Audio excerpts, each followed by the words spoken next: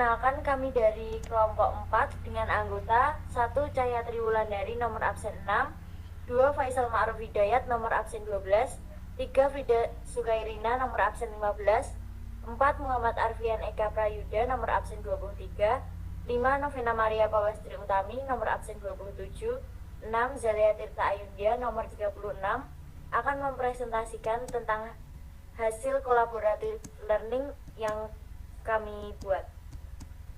Lalu materi yang kami sampaikan yaitu satu dari mata pelajaran PKWU, yaitu produk yang kami hasilkan. Yang kedua dari mata pelajaran bahasa Inggris wajib dan TIK, yaitu tentang recount text dan video. Yang ketiga dari mata pelajaran biologi, tentang dampak dan cara mencegah pencemaran limbah plastik. Yang keempat dari mata pelajaran kimia, yaitu tentang senyawa dan reaksi kimia plastik dan karton.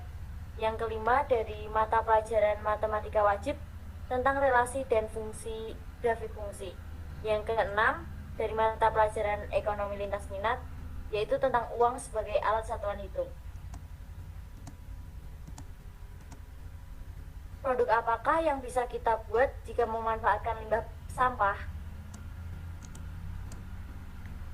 Satu dari mata pelajaran PKWU, yaitu tentang produk yang kami hasilkan.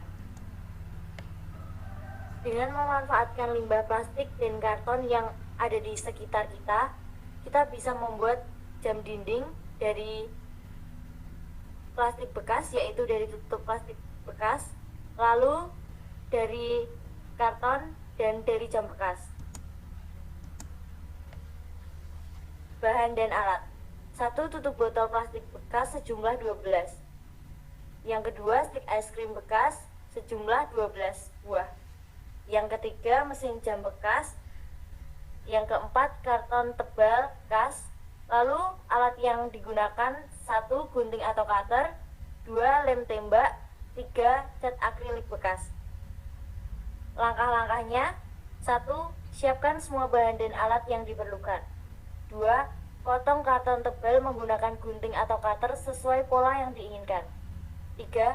Setelah berbentuk sesuai pola, buatlah lubang di tengah kotak sebagai tempat jarum. Yang keempat, sekarang pasanglah mesin jam dari belakang dan pastikan tempat untuk jarumnya masuk di lubang yang sudah dibuat sebelumnya. Yang kelima, pasanglah jarum jam yang sudah dibuat sebelumnya di tempat mesin jam tadi. Ketika memasangnya, pastikan ada jarak antara jarum jam panjang dan pendek agar bisa berjalan dengan baik. Yang keenam, lalu cat terlebih dahulu 12 buah tutup botol dan stik es krim tersebut. Yang ketujuh, setelah cat mengering, mulailah menyusun di atas karton tadi. Yang nomor 8, apabila susunan sudah tepat, mulailah memberi lem agar melekat sempurna. Tunggu sampai lem benar-benar mengering. Yang kesembilan, tambahkan tali di bagian badan belakang karton untuk menggantung jam tersebut. Yang ke-10, kreasi jam dari tutup botol bekas telah selesai dibuat. Lalu dari mata pelajaran bahasa Inggris wajib dan TIK, yaitu recount text dan video.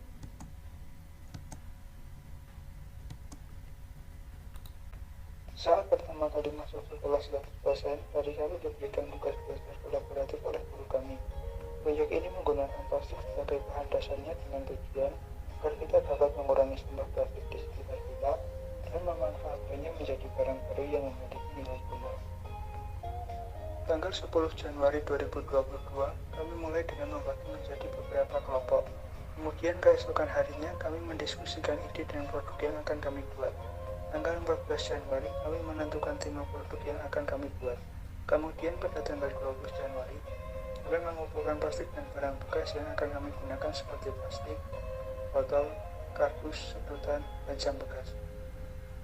Kemudian kami melakukan percobaan pada tanggal 22 Januari 2022 di rumah Novena. Setelah beberapa kali percobaan, akhirnya kami menghasilkan produk yang bermanfaat, yaitu jam. Jam ini terbuat dari sampah plastik yang ada di sekitar kita. Banyaknya sampah plastik membuat kita cukup prihatin dengan kondisi lingkungan yang tercemar oleh sampah plastik yang dapat terurai. Dengan usaha kita menciptakan sampah plastik, sudah cukup membuat kita merasa senang karena setidaknya kita bisa menjadikannya sebagai barang yang bermanfaat.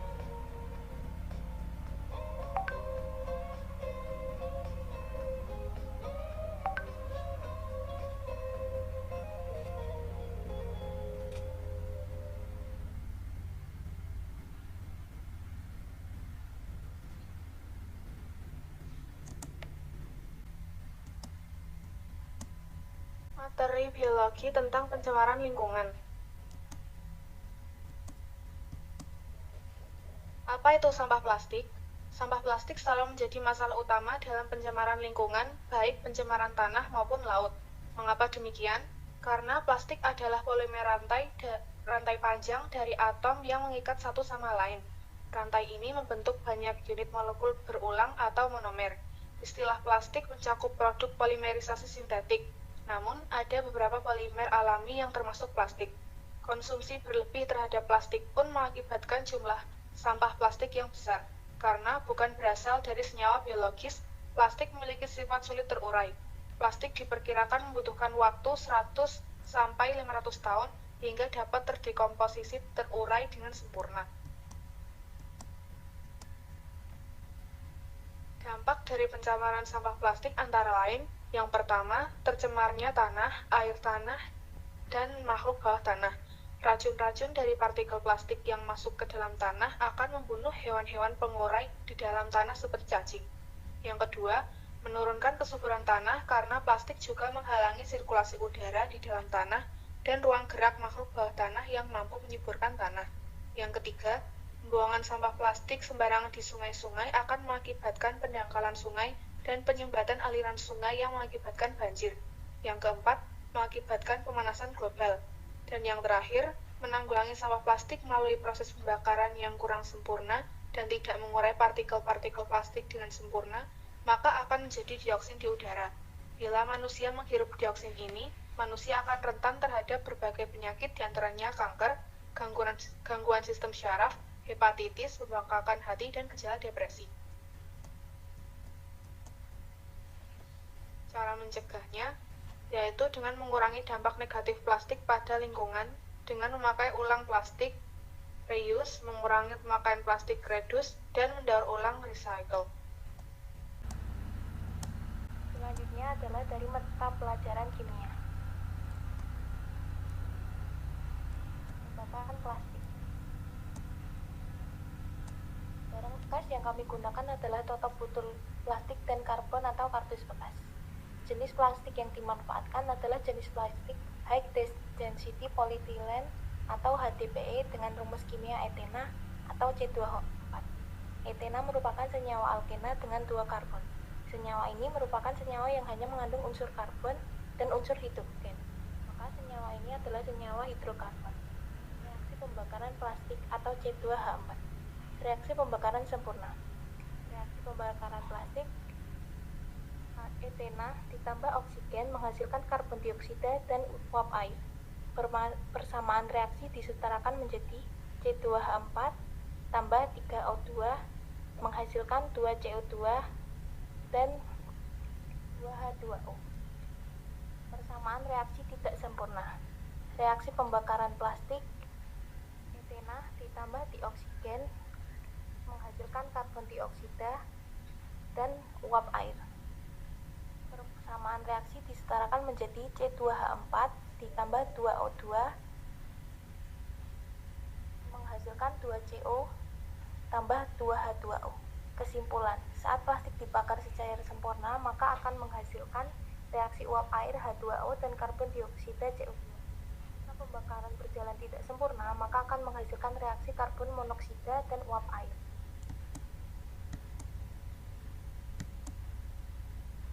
Pembakaran karton atau kardus. Kardus memiliki bahan dasar seperti kertas, yaitu selulosa. Rumus kimia selulosa adalah C6H10O5. Karena selulosa merupakan molekul yang terdiri dari karbon, hidrogen, dan terdapat oksigen, maka senyawa ini tidak termasuk hidrokarbon. Reaksi pembakaran kardus C6H10O5. Reaksi pembakaran sempurna. C6H10O5 ditambah O2 menghasilkan CO2 dan H2O. Persamaan reaksi disetarakan menjadi CnH10O5 ditambah 6O2 menghasilkan 6CO2 ditambah H2O. Reaksi pembakaran tidak sempurna. C6H10O5 ditambah O2 menghasilkan CO tambah CO2 tambah karbon tambah H2O. Persamaan reaksi disetarakan menjadi C6H10O5 tambah 3O2 menghasilkan negatif 4CO tambah 5CO tambah 5C tambah 5H2O. Saat kardus dibakar secara sempurna, maka akan menghasilkan reaksi uap air dan karbon dioksida. Jika pembakaran berjalan tidak sempurna, maka akan menghasilkan reaksi karbon monoksida, karbon dioksida, uap air, dan membentuk zat sisa seperti arang atau karbon.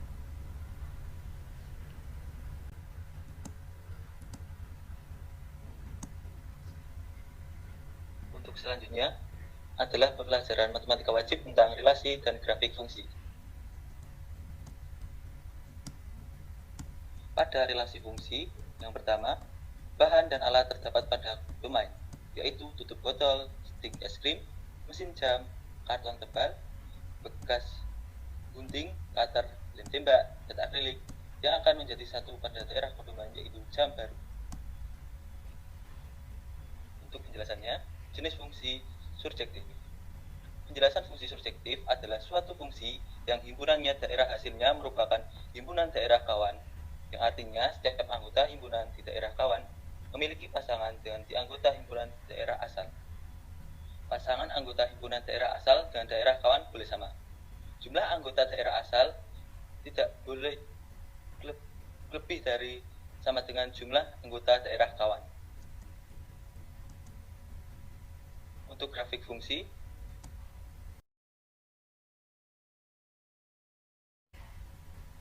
penjelasannya, 1. 12 tutup botol bekas menghasilkan 1 buah jam baru. Kedua, 24 tutup botol bekas menghasilkan 2 buah jam baru. 3. 36 tutup botol bekas menghasilkan 3 buah jam baru. 4. 48 tutup botol bekas menghasilkan 4 buah jam baru. Dan 5. 60 tutup botol bekas menghasilkan 5 botol jam baru. Kesimpulannya, jadi dapat disimpulkan bahwa diagram batang tersebut meningkat secara stabil. Buktikan dengan 12 tutup botol menghasilkan 1 jam baru, 24 botol menghasilkan 2 jam baru, dan seterusnya berkelipatan. Semakin banyak tutup botol, semakin banyak jam yang dapat dihasilkan.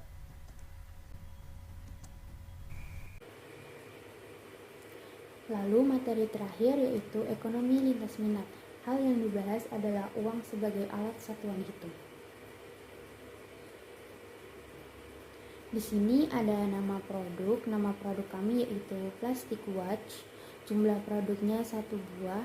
Bahan yang diperlukan yaitu 1 tutup botol plastik bekas, yang kedua stik es krim bekas, dan yang ketiga mesin jam bekas, yang keempat karton tebal bekas, yang kelima lem tembak, dan yang keenam akrilik. Jumlah tenaga yang dibutuhkan sebanyak 6 orang. Biaya-biaya yang dikeluarkan, yang pertama, biaya bahan baku sebanyak Rp0, karena bahan baku yang kami gunakan berasal dari bahan bekas sehingga tidak perlu mengeluarkan biaya bahan baku. Yang kedua, biaya bahan tambahan sebanyak Rp4.000 karena kami memerlukan lem tembak sehingga ada biaya tambahan. Lalu yang ketiga, upah tenaga sebanyak Rp6.000. Jumlah total biaya Rp10.000. Keuntungan yang diharapkan 50%. Jadi harga jualnya per unit Rp15.000. Keuntungan total sebanyak Rp5.000.